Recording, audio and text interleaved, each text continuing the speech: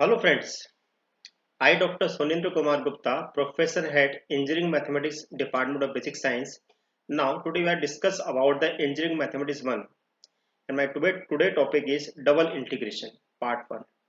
तो dear friends आज हम बात करेंगे कि डबल इंटीग्रेशन क्या होता है और डबल इंटीग्रेशन की डेफिनेशन को किस प्रकार से डिफाइन किया जाता है। फर्स्ट ऑफ ऑल हम बात कर रहे हैं what is the meaning of the double integration. यदि हम डबल इंटीग्रेशन की बात करें तो यहाँ पर हमारे मन में एक सवाल उठना चाहिए कि जो डबल इंटीग्रेशन जो होता है वो दूसरी भाषा में उसको हम सरफेस इंटीग्रल के नाम से भी जानते हैं। तो एज्यूम कर लेते हैं कि हमारे पास कोई भी एक function f of x y है जो कि टू वेरिएबल फंक्शन है एक्स और वाई का, which is defined in a close region R on x y plane. Then the double integral f of x y in a region R is denoted by double integral f of x y d x t y. मान लीजिए कि हमारा reason are जो है वो किसी limit से हमारे पास बाउंडेड है। मान लेते हैं कि x की लिमिट हमारी x1 से x2 है और y की लिमिट y1 से y2 है।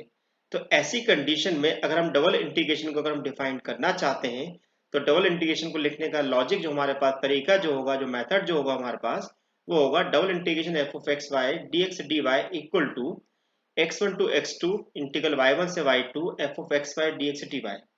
यहाँ पर एक बात ध्यान रखने वाली बात यह है कि ये वाली जो लिमिट हमारे पास लिखी हुई है ये लिमिट हमारे पास कहलाती है y की। ओके, और ये लिमिट हमारे पास जो होती है वो लिमिट हमारे पास कहलाती है x की। दैट मीन्स अगर हमारे पास कोई इंटीग्रेशन जिसमें हमारे पास dx dy लिखा हुआ है, फॉर एग्जांपल मान लीजिए हमारे पास ये एग्जांपल हमारे पास है इंटीग्रल 0 से 2 0 to 1 x square plus x y square d x d Y.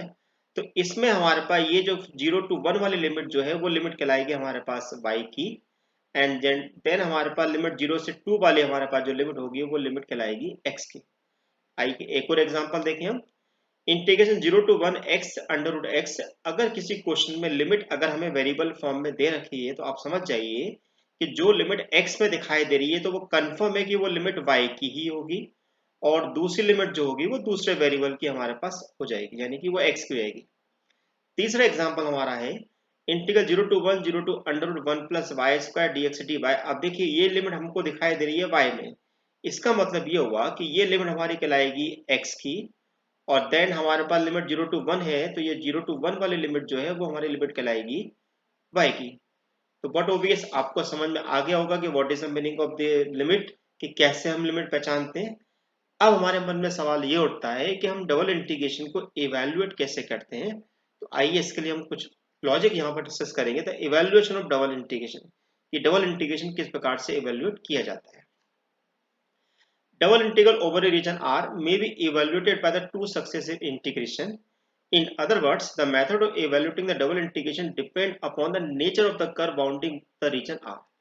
That means यहाँ पर कहने का मतलब ये है कि जो भी हम डबल इंटीग्रेशन निकालते हैं वो हमारे पास सक्सेसिव इंटीग्रेशन होते हैं, लेकिन जो सक्सेसिव इंटीग्रेशन होते हैं वो डिपेंड इस बात पर करते हैं कि हमारे पास कर्व कौन सा हमारे पास वहां पे बाउंडेड है।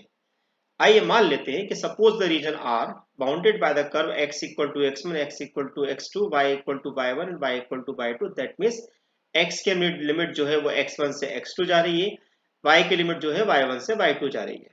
अब हम इस इंटीग्रेशन को इस प्रकार से लिख लेते हैं। अब डिफरेंट डिफरेंट केसेस हमारे पास अराइज होंगे कि किन बेसिस पे हम यहाँ पर लिमिट को किस तरह से इवेल्युएट करते हैं। The order of integration is depend on nature of limit in the region R. आइए पहला केस हमारा है, पहला केस है if the region R is bounded by the straight line x1 equal to a1 x equal to a2 and y equal to b1 y equal to b2। कहने का मतलब ये है कि हमारे पास दोनों लिमिट जो है x की है वो कांस्टेंट है और दोनों लिमिट जो y की है हमारे पास वो भी कांस्टेंट हमारे पास है, यानी कि both the limits are the constant. अगर किसी इंटीग्रेशन के अंदर अगर दोनों लिमिट अगर हमारे पास कांस्टेंट होती है तो यहाँ पर हमारा केवल कहना यहाँ पर ये है कि जिस ऑर्डर में इंटीग्रेशन लिखा हुआ है उस ऑर्डर में हम उसे इंटीग्रेट कर देते हैं।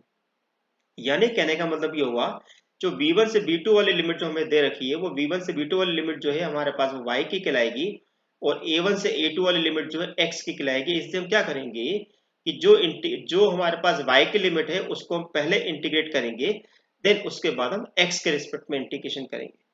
कई जगह हम यहाँ पर ऐसा भी कर लेते हैं कि हमारे पास जो इंटीग्रेशन होता है वो हमारा कहलाता है दिस इज द b1 से b2 और अंदर हम यहाँ पर इंटीग्रेशन कर देते हैं this is the a1 to a2 and this is your f of xy dx dy। हम ऐसा भी इंटीग्रेशन कर सकते हैं यदि हमारी लिमिट कांस्टेंट है।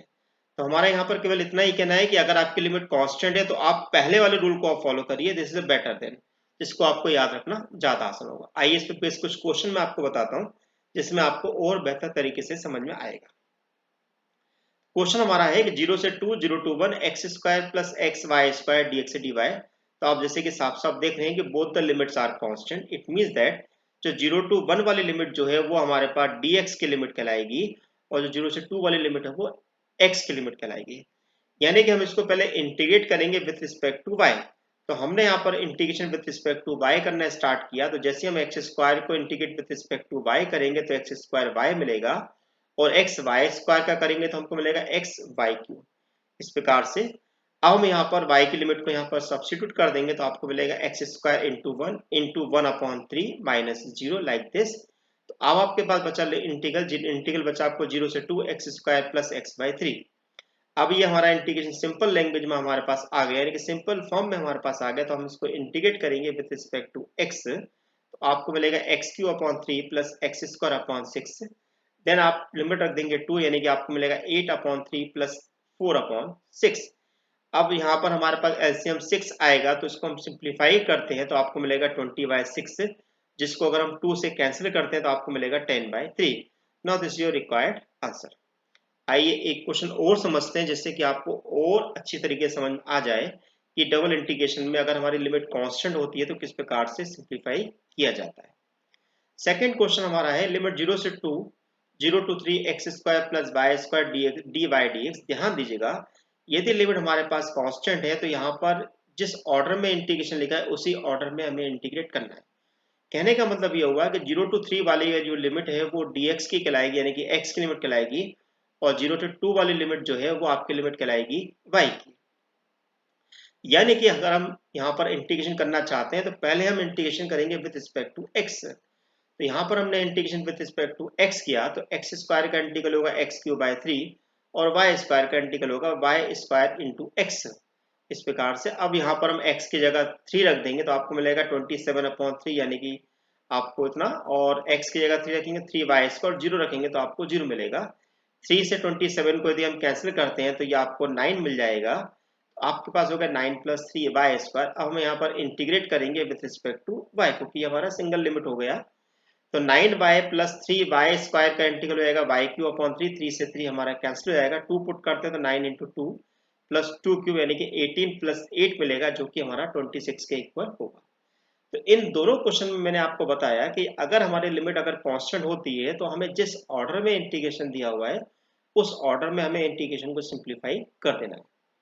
आइए हमारा सेकंड केस है, if the region R is a region, if the region R is a region bounded by the curve y1 equal to 5(1)x, y2 equal to 5(2)x and two straight line x equal to a1 और x equal to a2। कहने का मतलब ये हुआ कि आपको एक limit हमें वेरिएबल x में दे रखी है और दूसरी लिमिट हमें कांस्टेंट दे रखी है। दैट मीन्स अगर हमारे पास लिमिट अगर वेरिएबल में दे रखी है तो ये लिमिट अगर हमें वेरिएबल में दे रखी है x में, तो इसका मतलब ये है कि कंफर्मली है कि लिमिट y की ही होगी। यानी कि हमें यहाँ पर इंटीग्रेशन पहले y के रिस्पेक्ट में करना होगा, देन उसके बाद हम कांस्टेंट पे करेंगे। एक बात का हमेशा ध्यान रखिएगा, किसी भी डबल इंटीग्रेशन के अंदर आपके पास दोनों लिमिट, यानी कि दोनों वेरिएबल की लिमिट आपको वेरिएबल नहीं मिल सकती है, जबकि आपको दोनों वेरिएबल की लिमिट कांस्टेंट हो सकती है। तो यहाँ पर इस बात का आपको स्पेशली ध्यान रखना होगा। तो यहाँ पर हमने पहले इंटीग्रेशन करेंगे विद रिस्पेक्ट टू x, जो भी हमारे पास आउटपुट आएगा उसको करेंगे integration with respect to x। अब यहाँ एक बात तो और ध्यान रखिएगा कि हमारे पास जो टोटल आउटपुट जो मिलेगा, यानी कि टोटल हमारे पास जो आंसर मिलेगा वो कांस्टेंट ही मिलना चाहिए। आइए इस पे क्वेश्चन के थ्रू समझते हैं तो आपको और बेहतर तरीके से समझ में आ जाएगा। अब आप देख रहे हैं कि ये लिमिट हमें x में दिखाई दे रही है, इसका मतलब ये है कि हमें पहले इंटीग्रेट करना पड़ेगा विथ रिस्पेक्ट टू y, यानी कि अपोजिट वेरिएबल के रिस्पेक्ट में हमें इंटीग्रेशन करना होगा।